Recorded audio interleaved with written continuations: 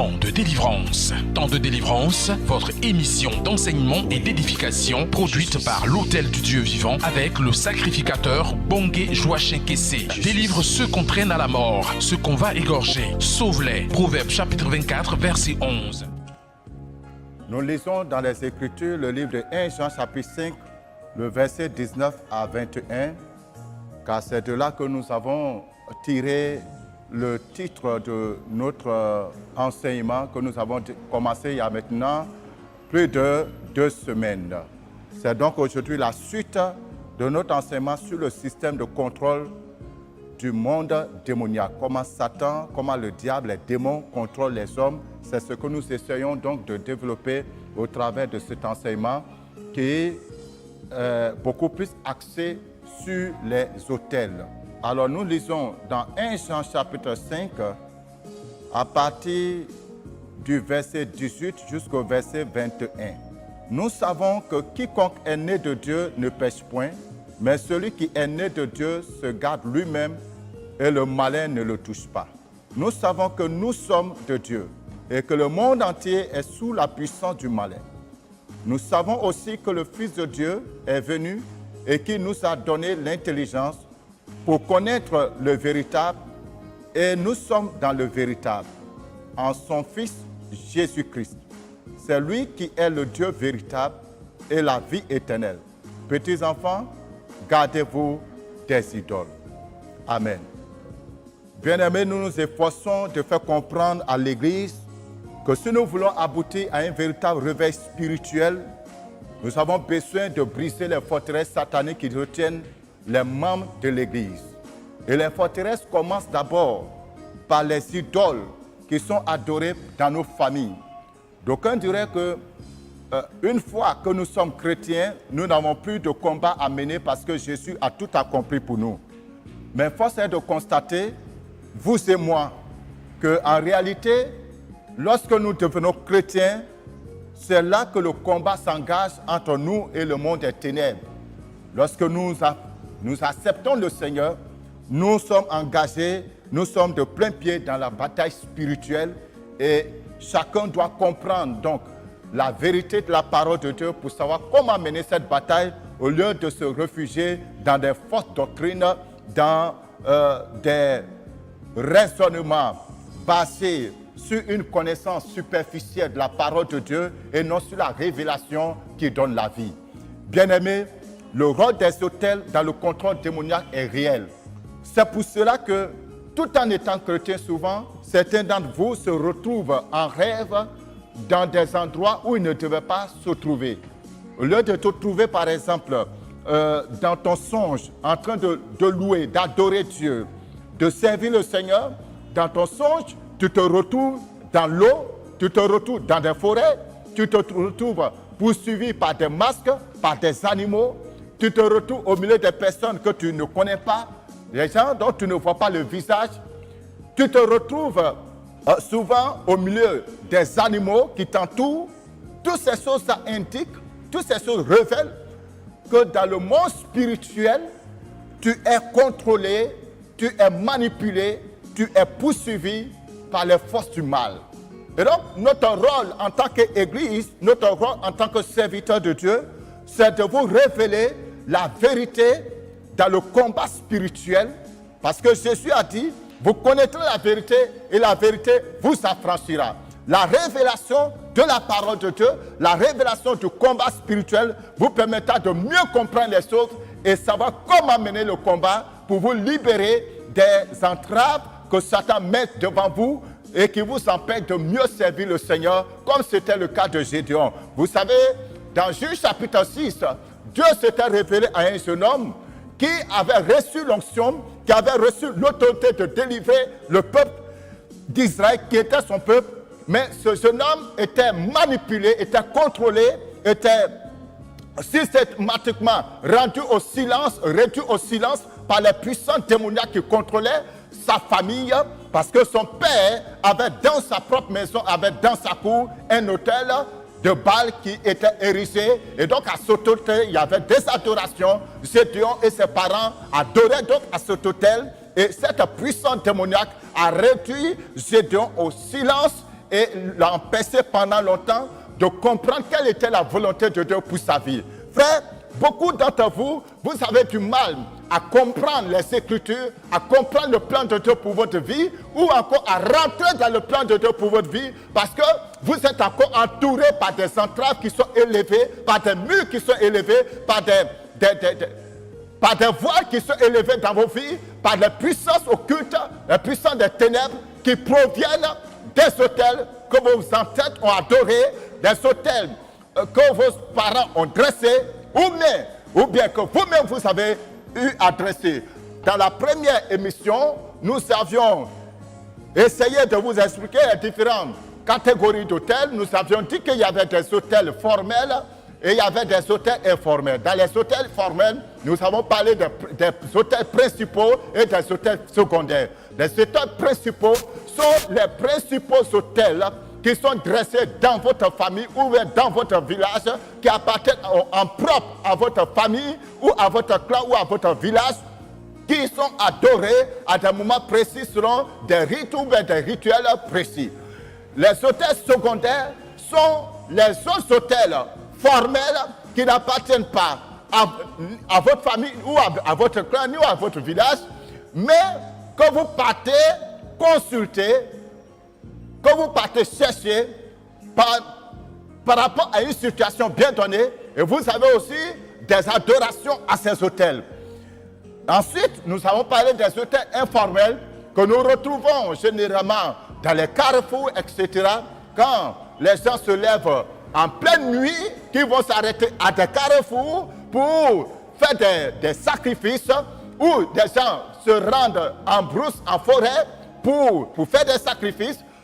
Cet endroit où vous vous retrouvez, où vous posez un acte spirituel, un rituel à l'endroit des esprits, devient pour l'instant, pour le moment précis, un autel. Il y a un esprit qui va venir s'asseoir là-bas pour récupérer votre offrande. Donc, à ce moment précis, cet endroit est devenu un autel, mais puisque l'adoration dans cet endroit n'est pas continuelle, c'est un autel informel. Ensuite, nous avons également parlé du fait qu'il y a d'autres éléments qui ne sont pas en réalité des autels, mais puisque ces éléments constituent des points de contact, c'est un peu comme des autels en miniature avec lesquels nous nous promenons. Il y a ceux d'entre vous qui ont des talismans, qui ont des ceintures qui leur ont été données par des féticheurs, des marabouts, des bagues que vous portez, qui vous ont été données par des féticheurs, des marabouts, et ces bagues, ces ceintures, ces colliers que vous tenez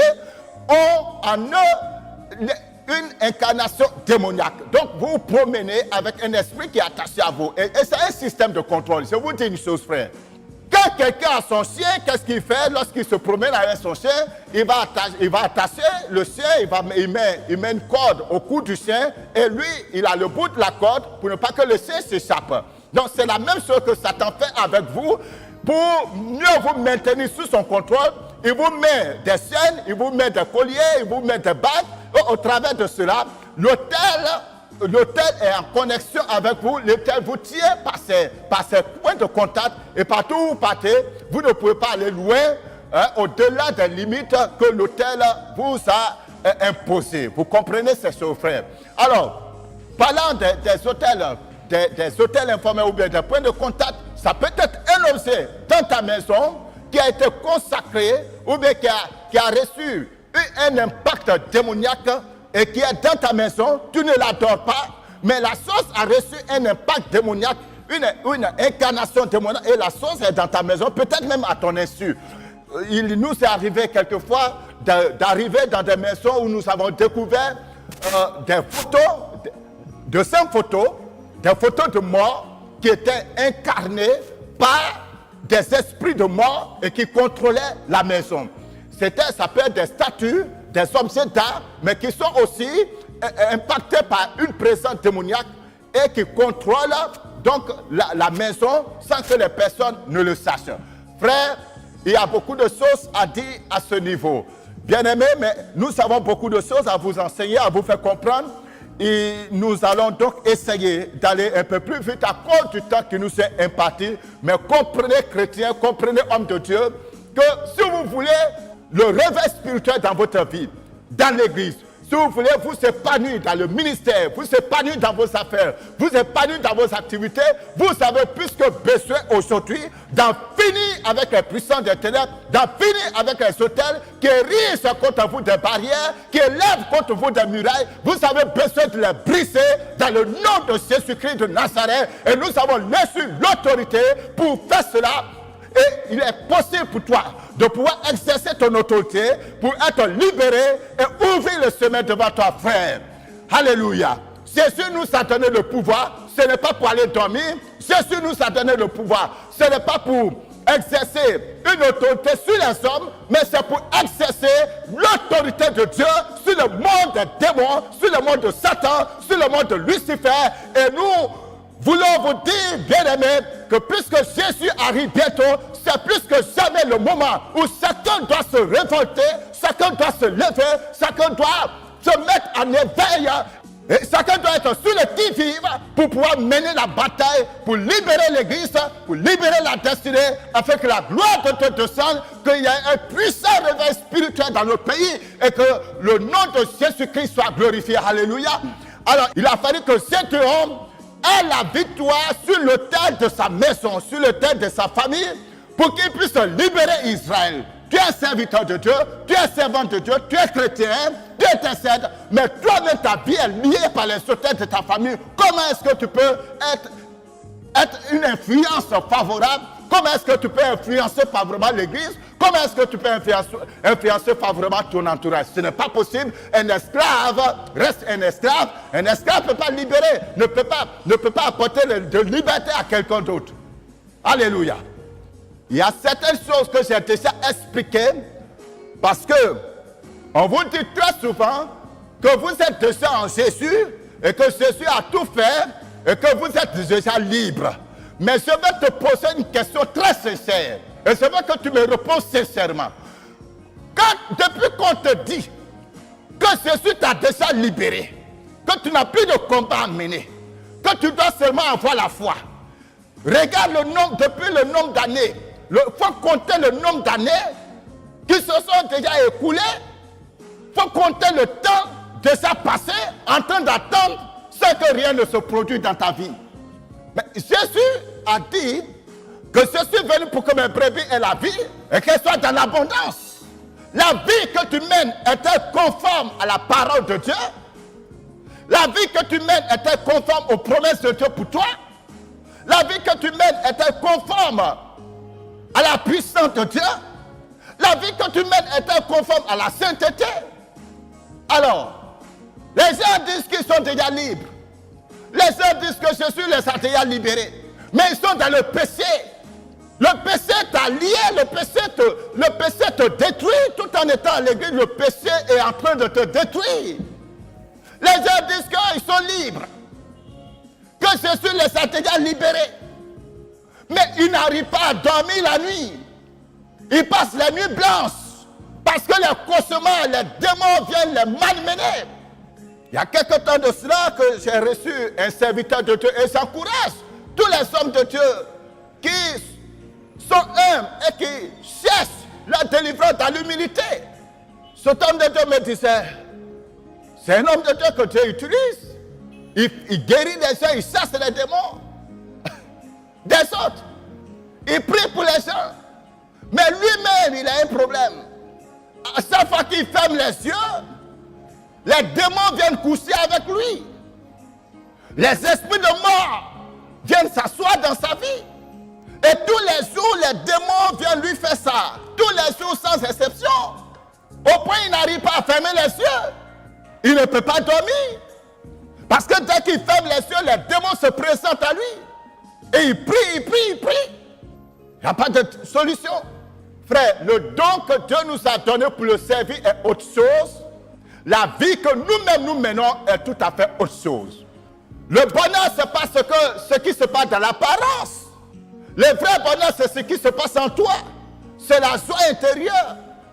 C'est la paix, c'est l'harmonie que tu vis intérieurement en toi. Il y a des chrétiens qui n'ont pas d'argent, mais qui sont très heureux, qui vivent de bonheur.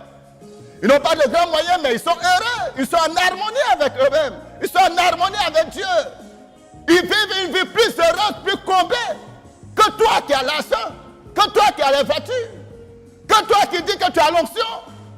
Alors si tu as l'onction, si Dieu t'utilise pour les autres, il faut que ça commence par toi-même. Parce que nous ne sommes pas des marabouts. Oui, le pasteur n'est pas un marabout. Le prophète n'est pas un marabout. Vous savez pourquoi? Parce que le marabout, il fait les miracles pour les autres, mais lui-même, il reste misérable. Le marabout fait des miracles pour les autres, mais lui-même, tu ne peux pas envier la vie qu'il mène. Il est malheureux. Il est rempli d'orgueil pour la puissance que le diable lui a donnée. Mais il est malheureux au fond de lui. Et c'est pour ça qu'il y a des hommes et des chrétiens, des serviteurs de Dieu qui sont frustrés. Ils sont malheureux. Parce qu'ils n'arrivent pas à vivre la vie que Dieu leur a réservée.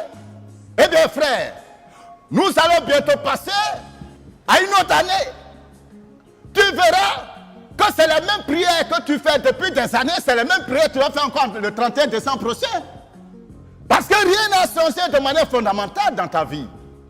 Puisque la réalité des hôtels reste là dans ta vie. Tu n'as jamais cherché à régler sérieusement ce problème. Et puis laissez-moi vous dire une chose. Il y a certains parmi vous qui prétendent vouloir chercher la délivrance. Mais qui ne sont pas prêts à payer le prix, qui ne sont pas prêts à se jeter à fond pour être délivrés. Ce n'est pas possible, cher ami. La délivrance des fondements, c'est un combat d'une grande hauteur spirituelle. Ce n'est pas du jeu. Des gens se présentent à nous. Ils exposent leurs désirs. Mais lorsqu'on leur dit, faites ceci, faites cela, voilà comment vous devez vivre, voilà ce que vous devez faire, ils ne sont pas prêts. Alors, allez-y chez les magiciens. Ils feront la magie pour vous. Et ils vous donneront une solution magique. Mais moi, je suis serviteur du Dieu vivant. J'amène les gens au cœur de la présence de Dieu pour qu'ils soient dépouillés des œuvres des ténèbres pour mener une vie à la gloire de Dieu après avoir reçu les bénédictions qu'il veut recevoir. Alléluia. Nous sommes en train de traiter le système de contrôle du diable. Sachez que ça commence par les hôtels. Aujourd'hui, nous allons entamer le deuxième sujet. Le deuxième sujet va porter sur les deux branches de l'autel. Les deux branches de l'autel. Comprenez que l'autel, commandité par une divinité, a deux branches. Lorsqu'une divinité commandite un autel, il y a la branche ou bien la partie visible et il y a la partie invisible. Donc, nous verrons dans un premier temps la branche visible, c'est-à-dire la branche matérielle, la branche qu'on peut toucher, la branche qu'on peut voir. Donc, en petit a, la branche visible, c'est-à-dire matérielle. Depuis que nous avons commencé l'enseignement, nous parlons de la branche matérielle. Dans la branche matérielle, nous avions cité la dernière fois les différentes manières de dresser les autels ou bien les différents types d'autels que les gens dressent. Et dans Daniel chapitre 5, le verset 4 et le verset 23, la Bible nous dit ceci. Il but du vin et il louait les dieux d'or, d'argent, d'airain, de fer, de bois et de pierre. Le verset 23 nous dit, tu t'es élevé contre le Seigneur des cieux. Les vases de sa maison ont été emportés devant toi. Et vous en êtes servis pour boire du vin, toi et tes grands, tes femmes et tes concubines. Tu as loué les dieux d'argent, d'or, d'airain, de fer, de bois et de pierre, qui ne voient point, qui n'entendent point et qui ne savent rien. Et tu n'as pas glorifié le Dieu qui a dans sa main ton souffle et toutes tes voix.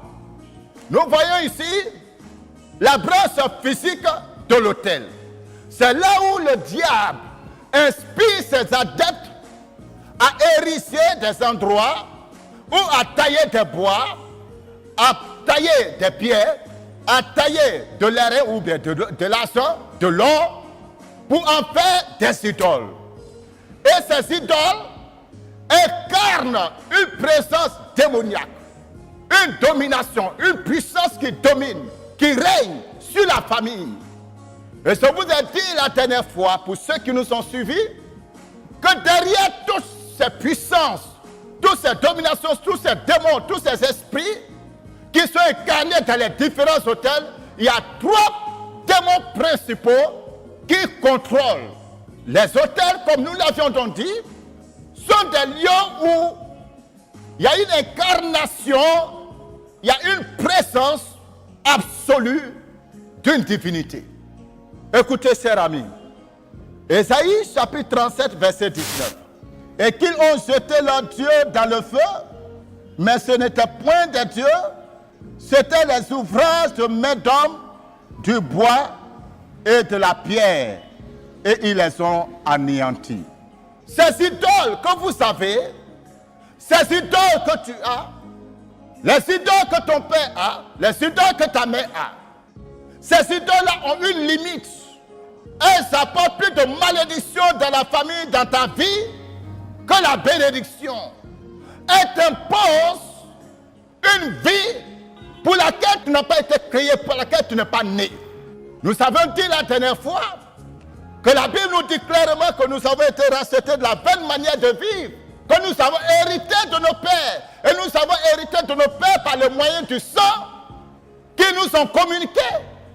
Mais nous avons hérité cette bonne manière de vivre qui a été aussi communiquée par les démons, par les puissants des ténèbres. La vie que ta famille mène est à l'image de l'esprit que la famille adore. La vie que tu mènes est à l'image de l'esprit que tu adores. Et cela va nous amener au deuxième point de notre intervention ce soir, le point B, la branche spirituelle de l'autel. La branche spirituelle, c'est-à-dire la branche donc invisible. Frères, soyez très attentifs. Nous avons longtemps parlé sur le côté matériel de l'autel depuis tout ce temps, mais il y a un aspect que certains ignorent. Dans le livre de Psaume 115, le verset 4 jusqu'au verset 8, la Bible nous dit ceci.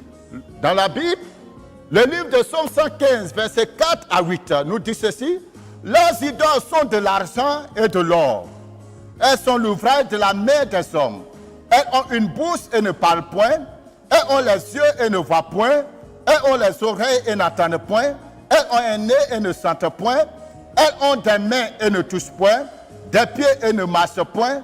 Elles ne produisent aucun son dans leur gosier.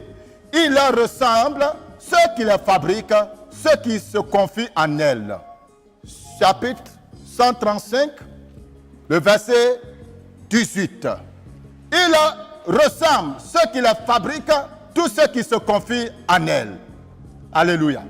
Alors, le Samuel nous dit, les dieux que nos pères ont des yeux, mais ne peuvent pas voir, ont une bouche, mais ne peuvent pas parler, des mains, mais ne peuvent rien toucher, des pieds, etc.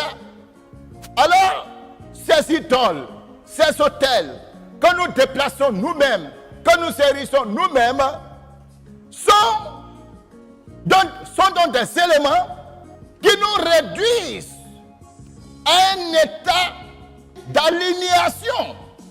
Donc, ces autels, ces dieux, ils nous réduisent à un état d'aliénation. Parce que la Bible nous dit, ils leur ressemblent ceux qui les fabriquent. Et la Bible nous dit, ils sont des yeux mais ne voient pas. Le diable, au travers de l'idole, au travers des autels qu'il a dressés, projette son image sur toi. Projette son image en toi. Et comme l'autel ou bien l'idole ne voit pas, malgré qu'il ait des yeux, tu marches dans la vie sans savoir où tu vas. Il a des oreilles mais il n'entend pas. Tu entends beaucoup de choses mais tu ne sais pas ce qui est bon pour toi que tu dois prendre. C'est pour cela que présentement même, où ce message de la délivrance passe, le démon va tout faire pour t'empêcher d'écouter ce message. Mais je prends autorité sur cette puissance démoniaque et je dis silence. Je commande aux esprits qui depuis longtemps ont bouché tes oreilles, ont fermé tes yeux à la vérité, ont fermé ton cœur à la vérité, de se taire maintenant au nom de Jésus de Nazareth. Il est là, il est temps que le Fils de Dieu soit libéré, que la fille de Dieu soit libérée. Il leur ressemble ceux qui les fabriquent et qui se confient en elle. Mais je vais vous expliquer le processus. Comment est-ce que le diable fait pour que toi qui l'adores, pour que ceux qui l'adorent, lui ressemblent. Vous souhaitez réagir à cette émission? Voici nos contacts. 02 18 28 18 08 48 56 58. Temps de délivrance vous a été présenté par l'Hôtel du Dieu Vivant, situé à Yopougon-Toit-Rouge, face à la Poste. Paix et vie.